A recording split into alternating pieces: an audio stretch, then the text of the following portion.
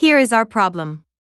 We need to show that if we take a complex number z, take away its conjugate z bar, and then split by 2I, we get just the imaginary part of z. Let's do this step by step. Let's start by writing z in its normal form. We say z equals a plus by, whereas the real part in b is the imaginary part. So m of z equals b. That's what we want to get at the end. Now let's write down z bar, which is the conjugate. To get the conjugate, we just flip the sign in the middle. So a plus by becomes a take away by. Now let's take away z bar from z. We put in what we know.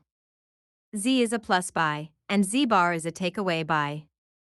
Let's see what happens when we open the brackets.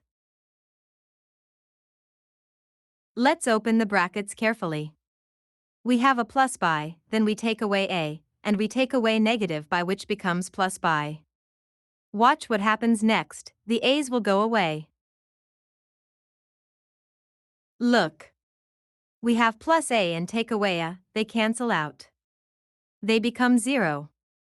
All we have left is by plus by, which gives us 2 by. The real part is gone, only the imaginary part stays. Now we split 2 by 2i, just like the problem asks. We put 2 by on top and 2i on the bottom of a fraction. Can you see that the top and bottom look almost the same?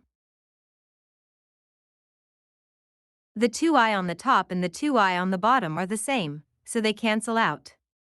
It's like having 2i times b on top and 2i on the bottom. We're left with just b.